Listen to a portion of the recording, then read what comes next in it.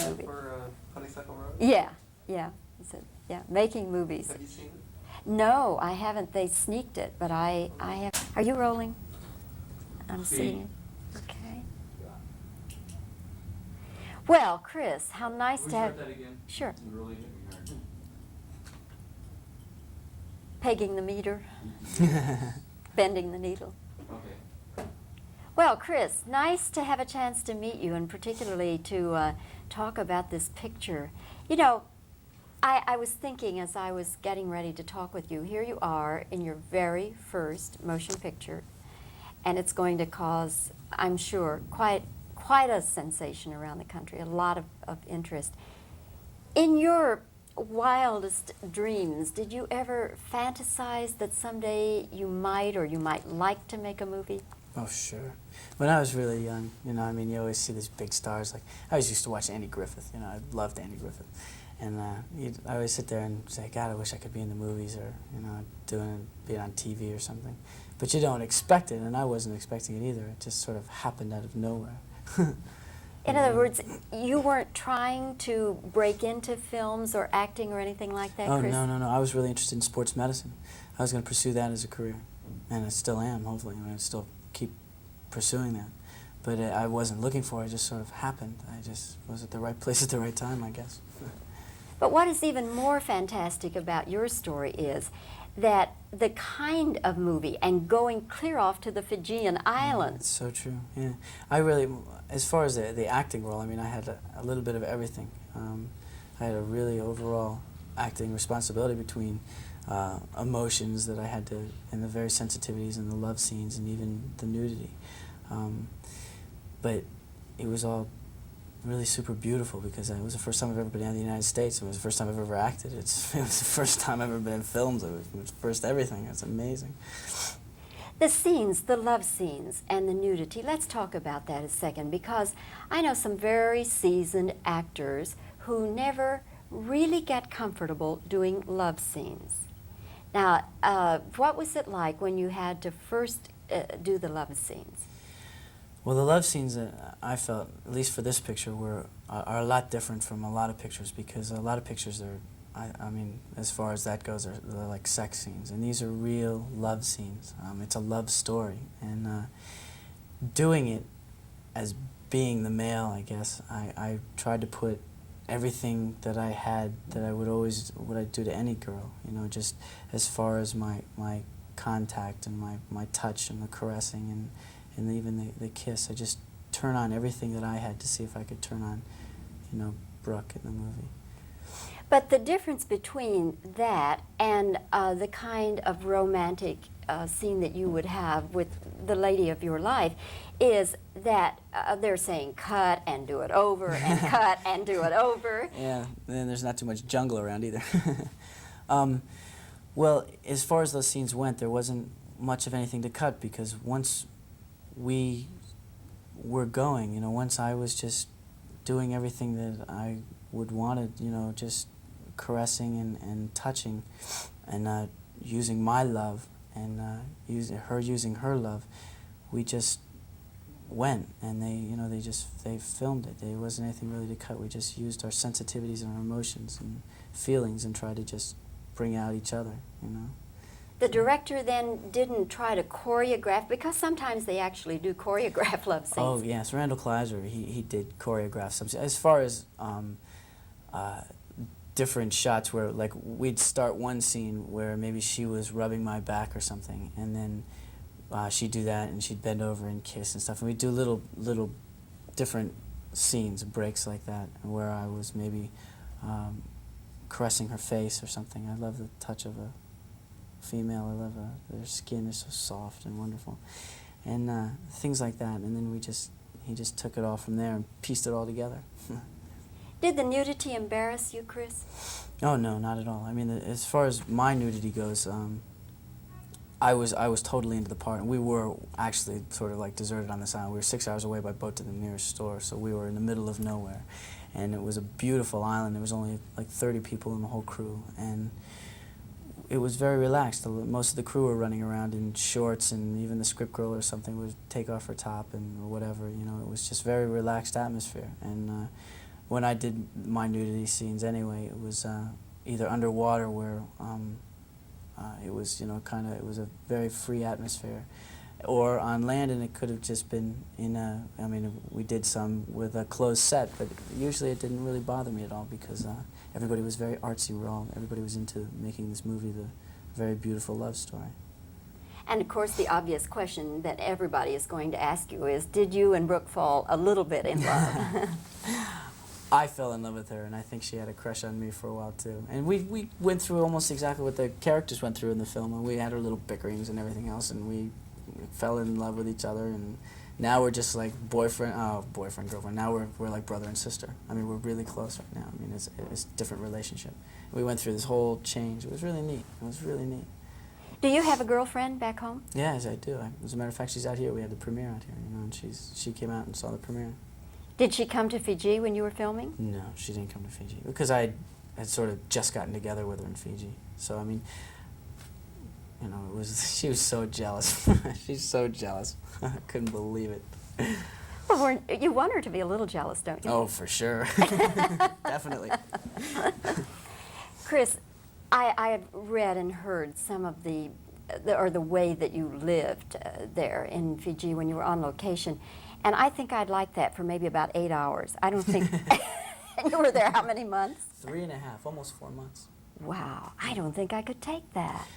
Well, I love camping out, and I love the water and all the rest of stuff. I mean, for some reason, I'm really comfortable in that sort of an atmosphere, and that's what we did. We camped out in tents for 3.5 months, and just lived off the land, and were really pretty much self-sufficient. I mean, we had food barged in and stuff, but we also had the Fijians working on the crew and stuff. We're bringing food from different islands and food from that island, and you know, it was amazing. We had our own little community carved out of this little island in the middle of nowhere, out of tents. You know, it was a little tent city we built up, and it was fantastic. But no electricity? Oh, they did have a generator. I didn't have electricity. I had a little Coleman lantern, but they did have a generator that generated electricity, and they cut it off at like 11 o'clock every night and stuff. And we had outhouses, and we had out showers, and we had a little palm leaf cafe, you know, and everything. The most exclusive bar in the South Seas, and you know, we had a little bit of everything out there. Now that you're away from it, I'm sure you can look back and think of, you know, the fun part of it. But at the time, weren't there moments when you thought, I got to get off this bloomin' island? There were times when I wanted to go to the mainland, which was, you know, 6 hours away by the nearest boat to, you know, the main. Oh, I don't even know what I'm saying. But only because being on that island, there was so much to see, and I was just seeing this one island in this Fiji, and I wanted to get to the mainland and see a little bit of Nandi and see because all it was sugar cane, and it was dirt roads, and I mean, it was really sort of primitive almost, you know. I mean, but it was the beautiful people. I mean, really, really beautiful people. I've been to Fiji. I spent only a couple of days there, and the people many of them are of East Indian origin, and yeah, very sweet and wonderful people. I think the one reason why is that they're very self-sufficient on each other, and to survive, they need each other so much that they care for everybody, and that's why they're really very caring people, and they're very special people too. They're very beautiful. The fact that the movie was being made there, did that change them at all? No, but we did teach them how to use a work crew and stuff like that, so when TV comes out there, they'll know how to, you know, put dolly tracks down and do all the rest of the stuff like that. So we taught them a little bit of that. They changed their lives as far as that's concerned, but TV's not going to get there for years, so by that time they'll all be grandfathers.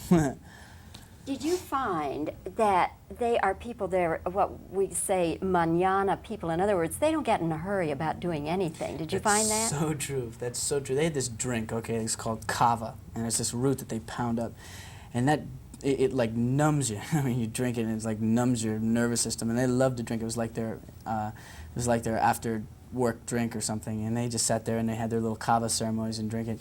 And boy, it slowed them right down to there was slow motion all the time. It was really funny. They're such neat people, though. In other words, the mountain came to Mohammed, as it were. That's right. Well, Chris, what's next now? Are you going to do some more movies? Well, I'm gonna sit back and see how Blue Lagoon goes. See whether people want to really see me on the screen, and see how people take toward me and my acting and everything. And I just want to see what a little bit of Hollywood's like. You know, But just the take bug it has really bitten, slow. hasn't it? Yeah, I'd like to do another movie, at least just to compare and see, you know, what movies are really like. Because still haven't been inside of a studio or anything. We filmed it all in Fiji, and it was such a dream, such a fantasy that it'll be really interesting to see to make another one. Well, Chris, I've enjoyed talking with you very much today here in Beverly Hills, and good luck to you, whatever you do. Well, thanks a lot. I hope I didn't. Come see us in Texas. Oh, for sure.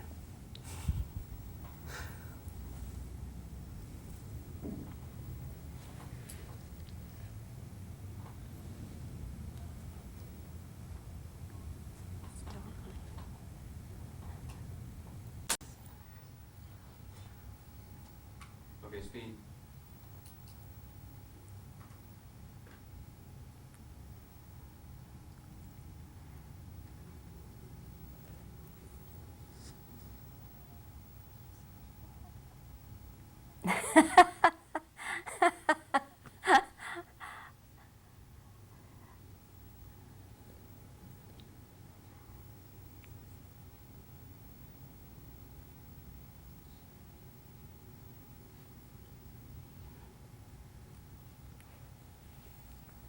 Okay, some questions. All right. Chris, was acting something that you ever fantasized about doing? What you're saying is that you didn't do anything actively to point you to an acting career? Chris, I know many seasoned actors who say they never really get comfortable doing love scenes, and you had some very intimate scenes with Brooke in this movie. Were you uncomfortable at any time? What about the nudity? Were you embarrassed having to do that? Were the love scenes choreographed?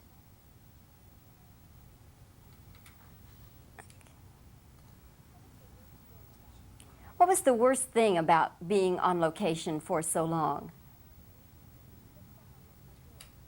It sounds idyllic to be able to go to a beautiful South Sea island, but you know, knowing what you people went through, I think I could stand that for maybe about 8 hours. But no electricity.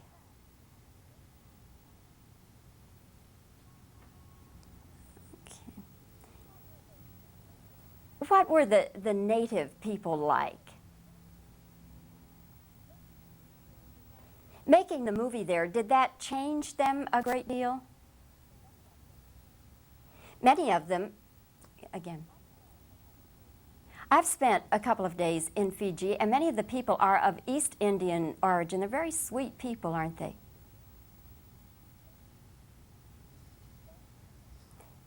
They tend to have, in the South Sea Islands, a kind of what we call manana attitude. Did you run into that?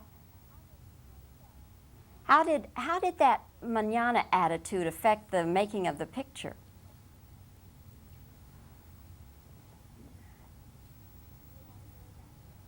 Do you have a girl back home? Was she jealous of your being down there on the South Sea Island making love with Brooke Adams? Brooke Adams, oh Lord, again. Was she jealous of you being down there in this beautiful South Sea Island making love to Brooke Shields? Well, you want her to be a little bit jealous, don't you? I guess that should get it then. Unless somebody remembers the question I forgot. What a great actress. Hmm? So what a great actress. Oh, I do that. I do it every Super day. monologue. She's got a